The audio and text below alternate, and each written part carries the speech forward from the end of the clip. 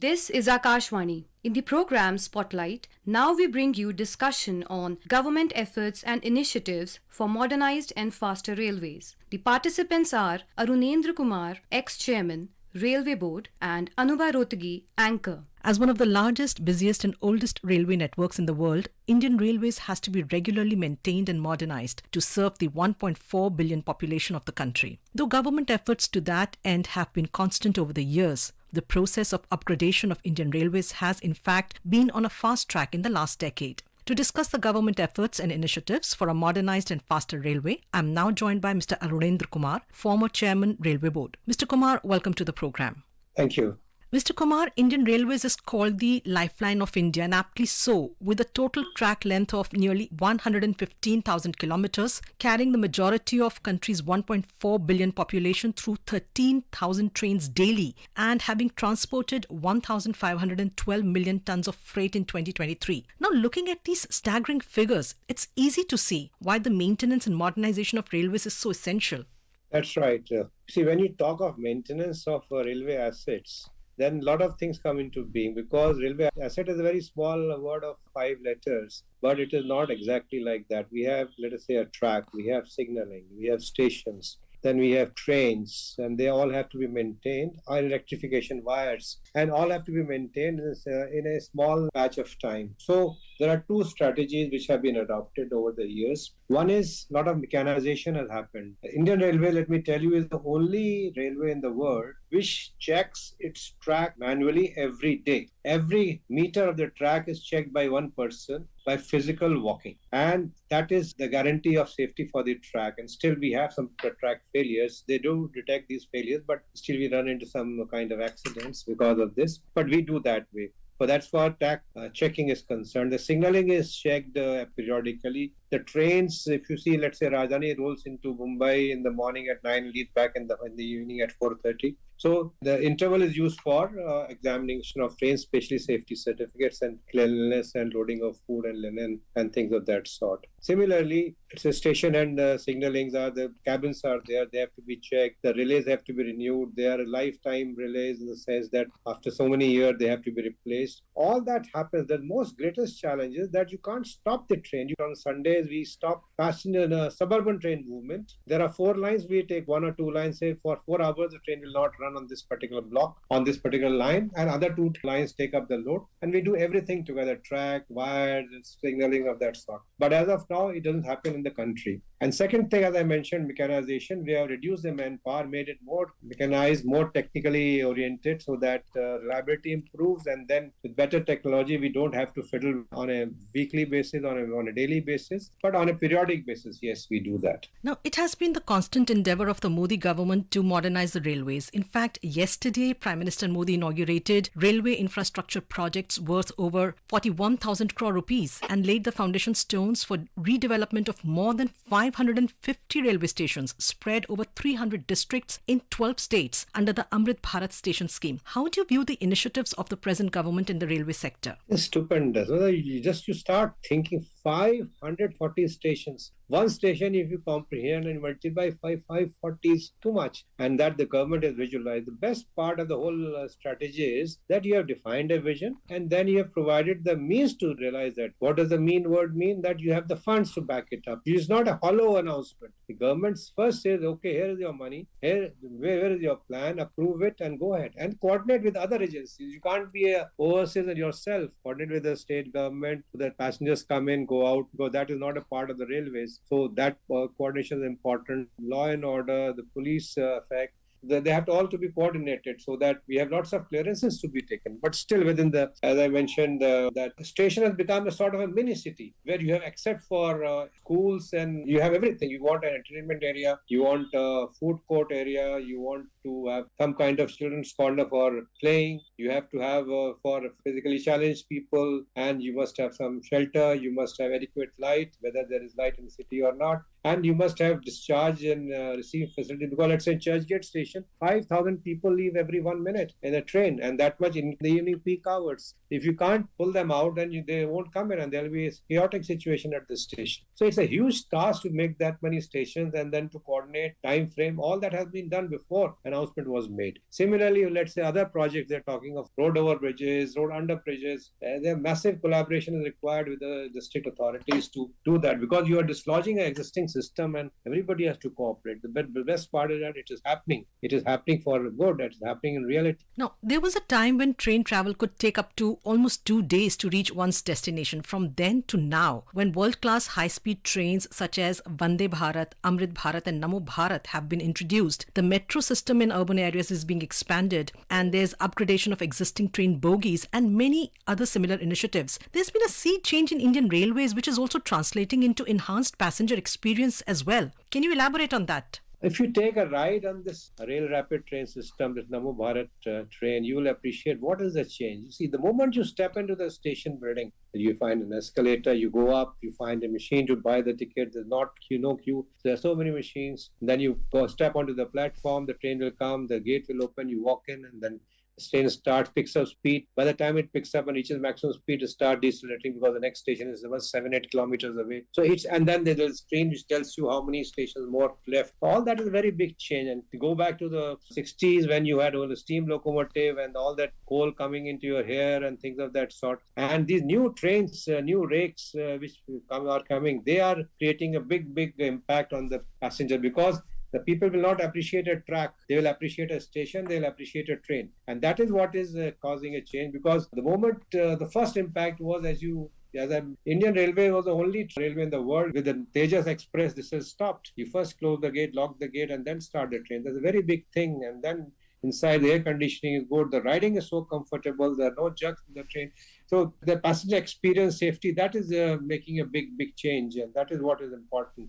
And that is what is making a passenger feel that if you pay for it, is what the money paid. Safety is a very important factor in rail travel. So what measures have been introduced in the last few years to improve the safety of passengers as well as trains? Safety, of course, both railway assets are technically, we have done a lot of upgradation. As far as tracks are concerned, they are having a series of cars which run over the track to check the condition of the rails, condition of the wires. Signaling has been receiving a boost. So sometimes we run into difficulties with the signaling maintenance, especially when we have a modification going on and with live train operation. The Kavach is the latest edition in which anti-collision devices are getting installed. It's a big order because you need to install the equipment on the roadside as well as on the locomotive, as also checking on the stations that everything is in order and the connectivity has been maintained. So the next thing which we have to be very cautious is the fog, because when there is fog, everything is out of gear, in the sense that no timetabling is possible. Trains are running so late, and one has to be very cautious. And that we have a big challenge, how to handle the fog as far as train movement is concerned. But yes, the conventional accidents like accidents at the manned level crossings, unmanned I can understand, but a manned where is the person available, still people run into. All those things are nowadays of the year, they have gone because we have now dispensed with the system of level crossing. We have now bridges up, bridges down under process to take care of that. And that is very big relief, because now we don't hear that a bus has collided, or we very rarely hear that somebody banged into a train by crossing the wall or things of that sort. And the latest addition is the fencing, which is starting across the track, because a lot of animals used to come on the track and get killed. That part used to completely dislodge the train movement, that and made the train unsafe. So that is what is also coming up. The other present government last 10 years has been revolutionary in every sphere you touch railways. And this is what is now coming up, because it takes time to invest and see the results. And now the results are being seen. And that's why people have woken up to there's something happening all over the country on Indian railways. The Prime Minister has called Indian Railways not just a passenger facility, but also the biggest carrier of India's agricultural and industrial progress. And the government has been focusing on improving logistics for freight trains as well. In the interim budget for 24-25, the government has allocated 2.55 lakh crore as capex for Indian Railways. It has announced the implementation of energy, mineral and cement corridors, among other announcements. How significant are these announcements and initiatives? Taking cue from what has already been done, the 2 dedicated freight corridors, the government has thought of specific corridors for specific areas, like the cement or the energy corridor, coal corridors. These are meant for specific purposes and will take only that kind of traffic because they'll be located at those locations where the traffic is there. So you have to, railway is the cheapest mode of transport when it is in bulk. That is accepted fact. And just to give you an example, a train carrying coal, 6,000 tons, which equals to 600 trucks if you take a 10-ton truck. So 6,000 tons of coal replaces six. We still have logistic costs which are quite high in the country, about 13-14%, somewhere 15%. All these corridors will make it things cheaper, but takes time to, because you have to start with land acquisition, then you have to lay the track, give jobs to the people who get affected, compensation, and then start movement. But it has already started. The dedicated two corridors are now working out and doing a grand job. So taking you from there, these four types of corridors have been announced. And the biggest 2.5 lakh crore is not a small amount. The government must have really labored hard to find that money for the corridors.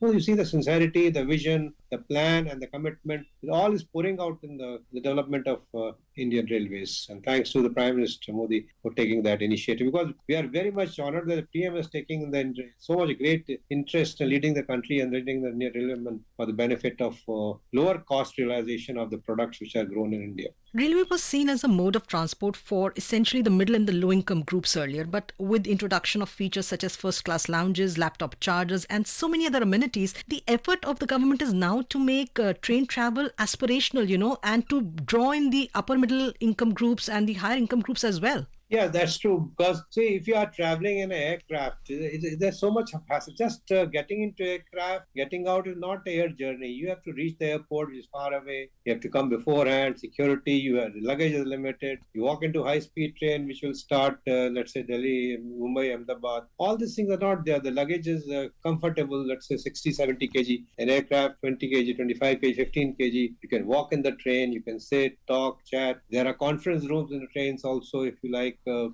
you have a meeting in the way for 1 hour 52 minutes to Ahmedabad from Mumbai is not much. So, and you reach the heart of the city. It's not that you have to go out and then again reach the city wherever inside. So upper middle class is definitely getting attracted, especially when you are high speed coming up or any distance which is about 4 to 5 hours, like Mumbai, Baroda. Delhi, let's say Lucknow, they all will shift. Like France, the local airlines have almost collapsed because of the high-speed network which is there. Same thing going to happen for about 600, 700 kilometer distance. Delhi, Prayagraj, Delhi, Varanasi. People will shift to trains I think by next 5, 7 years, 10 years, you'll find that hardly people take the airline for this purpose. You get in a train, by the time you finish your eating and newspaper, you're in Varanasi. Another focus area of the government has been extending the railway network to those areas of the country which are not yet served by it, such as Kashmir and the northeastern region. How important is this?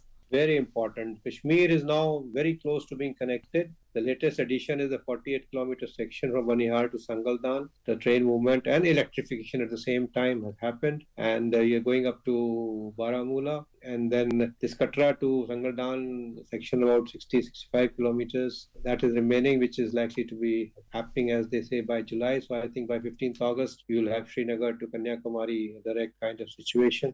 And northeast, connecting the capitals of Northeast and deep penetration to Northeast. That's another big focus area which is coming up in a big way, because the mountains is good for small gauge, small gauge means narrow gauges and kind of holidaying. But now conquering the mountains is not a holiday, it's a requirement. The other countries like China, they've already been there. So we are making up with all that. And India is broad gauge. That's a very big thing. So in a broad gauge, you carry much more traffic, much more people in one shot. And challenges, the initial investment and time is more, but broad gauge, world over, India leads in broad gauge.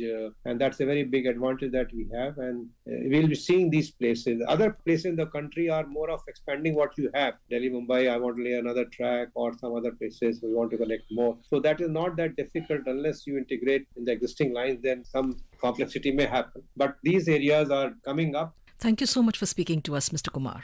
Thank you very much. You were listening to a discussion on government efforts and initiatives for modernized and faster railways. The participants were Arunendra Kumar, ex-chairman Railway Board, and Anubha Rotagi, anchor. This program was produced and presented by the News Services Division of Akashvani. You can listen to it on our mobile app News on AIR. This program is also available on our YouTube channel News on AIR Official. You may share your feedback about this program through email at airnsdtalks@gmail.com or WhatsApp on 9289094044.